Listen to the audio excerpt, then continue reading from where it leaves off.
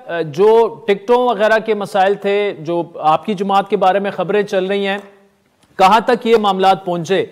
और दूसरा ये खवातीन की मखसूस नशिस्तों के हवाले से जो आपकी लिस्ट सामने आई है, बड़े एतराज़ात उस पर हुए सोशल मीडिया पर कि जी नून लीग सिर्फ चंद खानदानों की जमात बनकर रह गई है।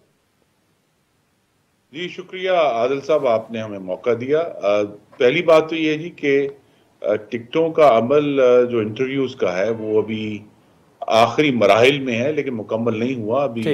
लाहौर उसके मज़ाफ़ात और जो डिस्ट्रिक्ट है उसका भी बाकी है। कुछ केपी का मामले जो रह गए थे वो भी दोबारा उनको देखा जा रहा है।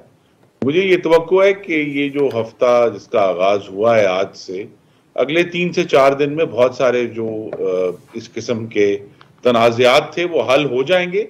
लेकिन यहाँ ये भी आपके नाजरीन तक पहुँचाना ज़रूरी है कि वो जो तकरीबन 1000 के करीब नशिस्तें हैं कौमी और सूबाई असम्बली की, उनमें से सिर्फ गालिबन 1 या 20 के ऊपर ज़्यादा से ज़्यादा तनाज़ा है।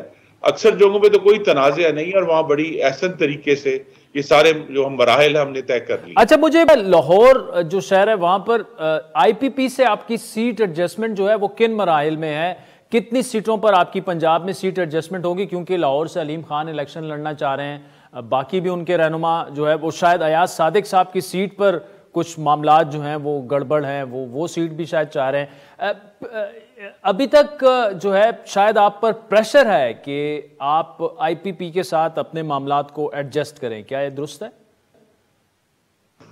देखिए, ये सब इंतखाबात होने से पहले के ये मामूल के तनाव और प्रेशर्स हैं जो जमातों पर आते हैं। आईपीपी ने एक बहुत बड़ा मुतालबा किया था जिसके बाद उनसे कोई अभी तक तो फैसला कुन या फैसला अंगेज मुज़ाकरात मजीद नहीं हुए। तो जहाँ तो एक उनके कायदीन की एडजस्टमेंट्स है वो तो मुमकिन होगी, लेकिन जो उनका एक बड़ा एजेंडा था उस पर अभी भी गुफ्तगू होना बाकी है।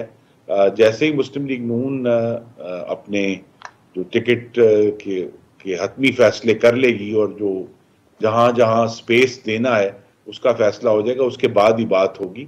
लेकिन आईपीपी से अभी मामला जो है उसमें अभी काफ़ी पेशरफ्त होना